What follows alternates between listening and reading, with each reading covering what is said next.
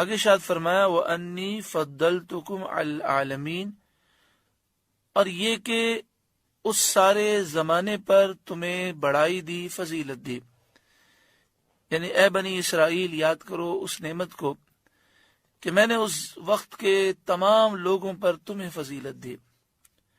یہ بات یاد رہے کہ سب سے زیادہ فضیلت امت محمدیہ صلی اللہ علیہ وسلم کو حاصل ہے۔ حضور کی تشریف آوری سے پہلے بنی اسرائیل کو فضیلت حاصل تھی۔ سورہ آل عمران آیت نمبر 110 چوتھے پارے میں ارشاد ہے کنتم خیر امت اخرجت للناس، اے رسول اللہ صلی اللہ علیہ وآلہ وسلم کی امت، تم ساری امتوں میں سب سے بہترین امت ہو۔ تو اس سے واضح معلوم ہوا کہ یہاں وَأَنِّي فَضَّلْتُكُمْ عَلَى الْعَالَمِينَ سے مراد ہے اس زمانے کے تمام لوگوں پر تمہیں فضیلت دی۔ ہاں، رسول اللہ صلی اللہ علیہ وآلہ وسلم کی امت کو سب سے زیادہ فضیلت حاصل ہے۔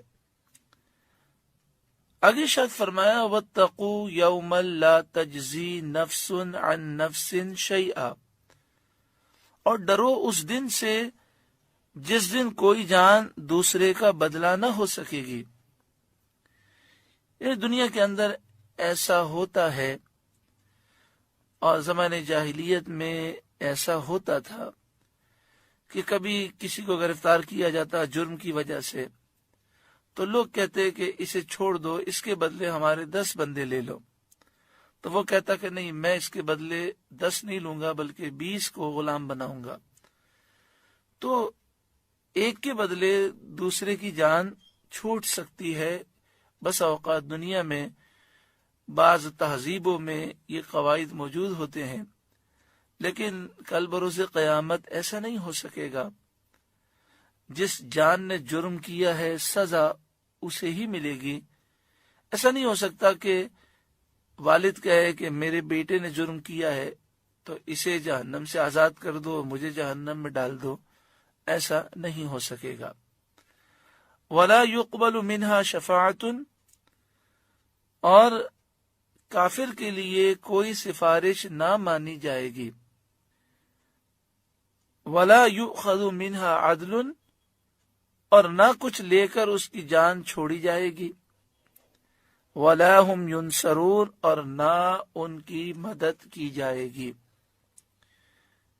اس آیت کریمہ میں 4 باتوں کا ذکر ہے کہ قیامت کی ہولناکیوں سے ڈرو، ایک جان کے بدلے میں دوسری جان نہیں لی جا سکتی، یعنی ایسا نہیں ہوگا کہ ایک جان کے بدلے دوسری جان اس کا کفارہ بن جائے۔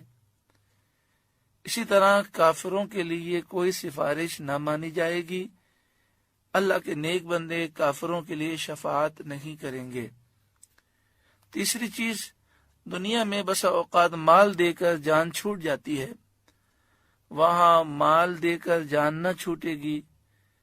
اول تو کسی کے پاس کچھ ہوگا نہیں، اور اگر بالفرض پوری دنیا کی دولت بلکہ اس سے کئی گنا زیادہ دولت بھی ہو تو وہ قبول نہ کی جائے گی، اور ظالموں کی، کافروں کی مدد نہ کی جائے گی۔ بعض لوگوں نے اس آیت کریمہ کو سمجھنے میں خطا کر لی، انہوں نے کہا وَلَا يُقْبَلُ مِنْهَا شَفَاعَةٌ، اور کسی کے لیے بھی کوئی سفارش نہ مانی جائے گی، یہ انہوں نے ترجمہ کر لیا۔ حالانکہ یہاں پر منہا کی ضمیر کا مرجع نفس ہے، اور نفس سے یہاں مراد کافر ہے، کہ کافر کے لیے کوئی سفارش، کوئی شفاعت نہ مانی جائے گی۔ جہاں تک مسلمانوں کا تعلق ہے ان کے لیے شفیع ہوں گے، اور ان کی شفاعت کرنے والوں کی شفاعت قبول کی جائے گی۔ بعض لوگ قرآن مجید فقہ حمید کا درس دیتے ہوئے غلط بیانی وہ کر جاتے ہیں، جان بوجھ کر یا انجانے میں علم کی کمی کی وجہ سے، اور کہہ دیتے ہیں کہ کل بروز قیامت کوئی شفاعت کرنے والا نہ ہوگا۔ یہ عقیدہ قرآن پاک اور احادیث طیبہ کے خلاف ہے۔ دیکھیں سورہ نبا آیت نمبر 38، 30واں پارہ، اللہ رب العالمین ارشاد فرماتا ہے یوم یقوم الروح والملائکۃ صفا، قیامت کے دن جبریل امین اور فرشتے صف بنا کر کھڑے ہوں گے. لا یتکلمون الا من اذن له الرحمن، فرشتے کلام نہیں کریں گے مگر وہی کلام کرے گا جسے رحمان اجازت دے گا. وقال صوابا، اور اس نے درست بات کہی. یعنی اللہ تعالی کی اجازت سے اللہ کے نیک بندے کلام بھی کریں گے اور شفاعت بھی کریں گے.